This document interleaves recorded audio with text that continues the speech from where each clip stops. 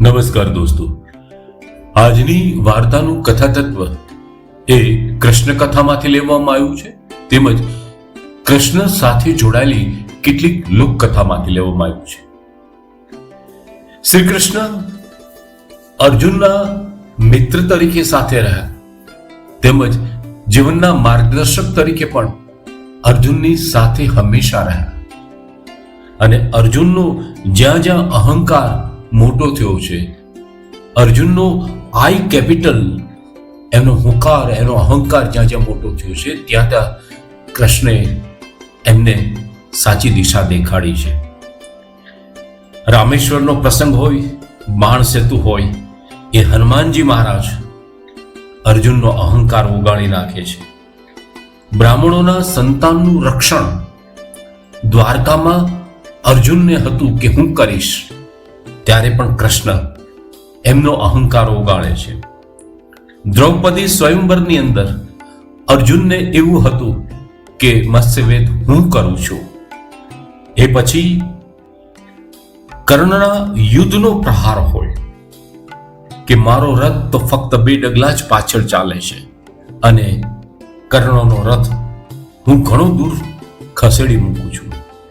કે પછી યુદ્ધ પૂર્ણ થઈ ગયા પછી રથનું ભસ્મ થઈ જવું, આ બધા પ્રસંગો અર્જુનની સાથે જોડાયેલા છે. અને દરેક અહંકાર વખતે કૃષ્ણ અર્જુનની વાસ્તવિકતાનું એમને ખ્યાલ કરાવે છે, એનું જ્ઞાન અપાવે છે કે અર્જુન વાસ્તવમાં એક નિમિત્ત માત્ર છે. અને જ્યારે પરમાત્મા સ્વધામ ગયા અને અર્જુન ઉપર એક ઉત્તરદાયિત્વ આવ્યું, એક જવાબદારી આવ્યું કે યાદવ કુળની સ્ત્રીઓને અને તેની સંપત્તિને સુરક્ષિત રીતના દ્વારકાથી હસ્તિનાપુર પહોંચાડવી. અને આ સમયે અર્જુન લૂંટાય છે, સ્ત્રીઓનું રક્ષણ નથી કરી શકતો.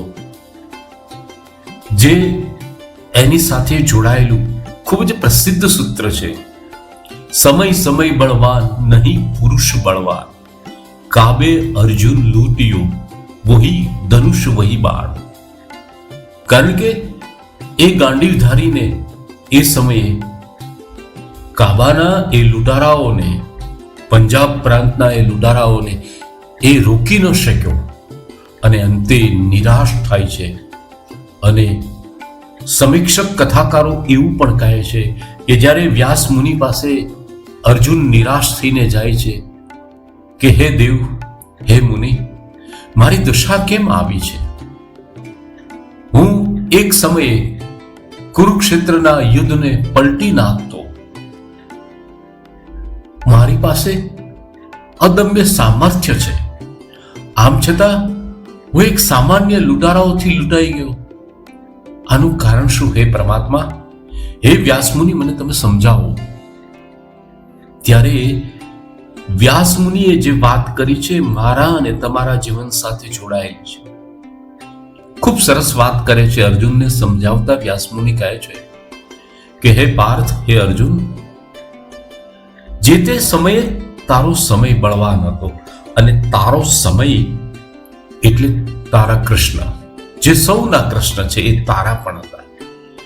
અને તારી શક્તિ અને સામર્થ્ય એ વાસ્તવમાં કૃષ્ણ હતા.